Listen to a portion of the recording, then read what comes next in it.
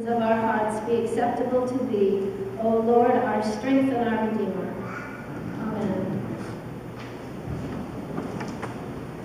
I don't know about you, but I think Bathsheba got a raw deal. Where's her voice and her agency in this story? Not only does she not have a voice, there's no agency whatsoever. Things are happening to her that would merit being in the paper. A Me Too moment. A couple of Me Too moments. So if you don't mind, I'm going to speak for Bathsheba for just a bit. Maybe more than a bit. When you read this reading from 2 Samuel, it's already geared to blaming David. This is a story of David's humanity and how David failed mightily and how the Lord was not happy with him. We don't get to hear that part. But the very first sentence lets us know that David is up to no good. In the spring of the year, the time when kings go to battle, David, you're supposed to be going to battle with your troops. He's not going to battle. He sends everybody off to go fight the war, and he goes up to the top of his house on the roof and takes a little nap. And then because he has more idle time, he wakes up, stretches, has a little glass of wine, and goes looking into people's yards because he's king and because he can. So he looks into this yard and sees a beautiful woman, and he is transfixed. And because he has the power, he is the king after all, he orders somebody to find out who that is. And when he finds out that that is Bathsheba, who happens to be one of the captains in his army, not only is he a neighbor, but that's his wife. So David thinks nothing of that. Coveting his neighbor's wife, oops, there's another one he broke. So he asks them to go and bring Bathsheba to him, and he lies with her, and what? She gets pregnant. Now we're given a little added detail that because she had just finished her period, we know that Uriah could not be the father of this child. We have a little more detail than we need, don't we? So what does he do? He's got to figure out a way that he won't be blamed for this baby.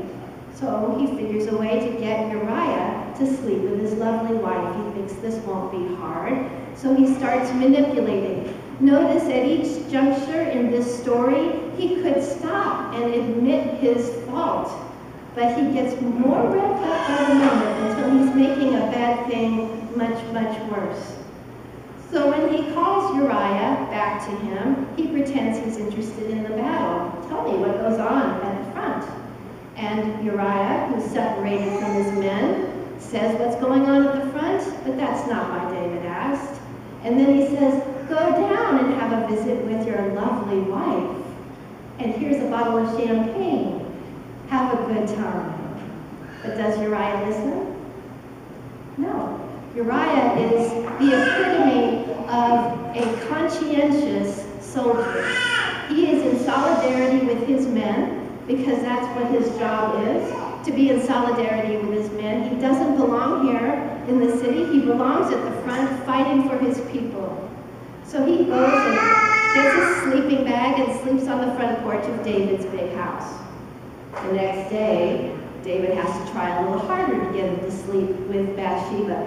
David couldn't resist her charms, and this man is principled enough that even though he's married to her, he won't go to her because it's not the honorable thing to do when we're fighting a war. So the second plan doesn't work either. Just so you know, going home to wash your feet is Bible speak for intercourse. It's in the footnotes. I don't lie about that. Ha, footnotes. So David comes up with this scheme to have Uriah killed. God is not happy, but just think about Bathsheba. Bathsheba, first of all, is prey to a predator because he's using his power to take her from her home and then make her pregnant. She has nothing to say about this.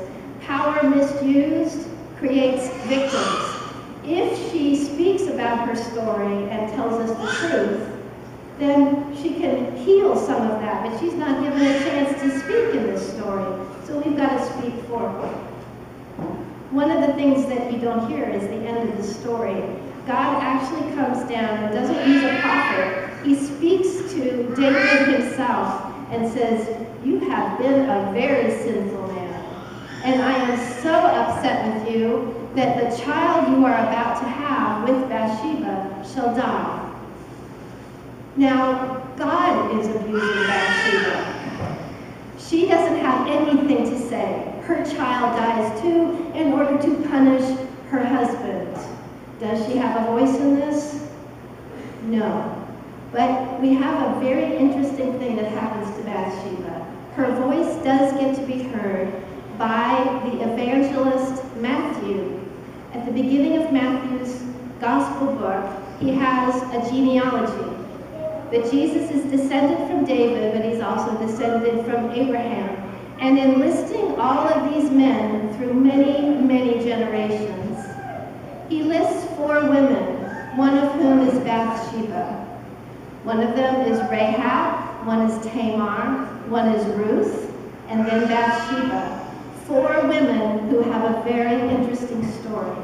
They're either Gentiles or prostitutes, or someone pretending to be a prostitute to trick her father-in-law into doing the right thing, or Bathsheba, who is a victim double times over. She is the ancestor of Jesus Christ. And these 4 women are listed because of their irregularity. And it's not that they're irregular getting places on time. It's that there's something funky about their story. They have spunk. They have agency. They are heroes. They are manipulators. They twist the story in a way to make sure that they're in part of the story. So Jesus' ancestry in these 4 irregular women, including Bathsheba, are the preface to Mary, who is a virgin, pregnant out of wedlock. She fits right in with her sisters, don't you think? And that's why she's there. It gives an explanation for another sassy woman who has her story to tell. And we know that in her story is her great-great-grandmother Bathsheba, who has a lot to teach us. Amen.